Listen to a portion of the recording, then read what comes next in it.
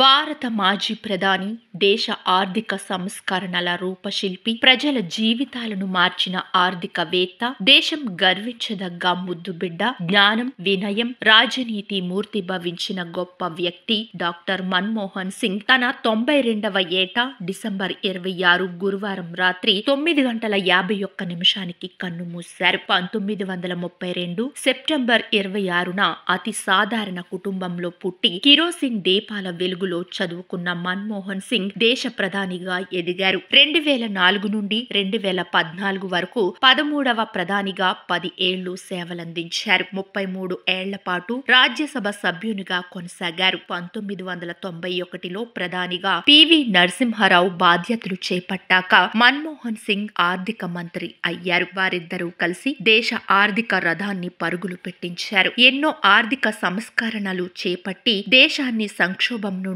కాపాడారు. దీనితో ఆయన పేరు దేశవ్యాప్తంగా మారుమ్రోగిపోయింది. ఆ తర్వాత ప్రధానిగా బాధ్యతలు చేపట్టాక ఆర్థిక రంగాన్ని ముందుకు ఉరికించారు. ఎన్నో కీలక నిర్ణయాలు తీసుకుని ఔరా అనిపించారు. ప్రత్యేక ఆర్థిక మండళ్ల ఏర్పాటు, సమాచార హక్కు చట్టం, జాతీయ ఉపాధి హామీ పథకం, అమెరికాతో అణు ఒప్పందం, చంద్రయాన్, మంగళయాన్, విద్యా హక్కు చట్టం, ఆహార భద్రతా చట్టం, ఆధార్ కార్డుల వంటివి మన్మోహన్ హయాంలోనే రూపుదిద్దుకున్నవి. దేశంలో అభివృద్ధి, సంక్షేమాలు పరిడవిల్లేందుకు ఆయన అనుసరించిన విధానాలు చిరస్మరణీయం. మాటల కన్నా చేతలే మిన్న అని నమ్మి ఆచరించిన మన్మోహనుడు జాతి నిర్మాణానికి చేసిన సేవ చరిత్రలో చిరస్థాయిగా నిలిచిపోతుంది. ప్రధానమంత్రిగా, ఆర్థిక మంత్రిగా, దేశ ఆర్థిక సలహాదారుగా అనేక ప్రతిష్టాత్మక పదవులు ఆయన అలంకరించారు. అనేక జాతీయ, అంతర్జాతీయ అవార్డులు, గౌరవాలు ఆయన పొందారు. 1987లో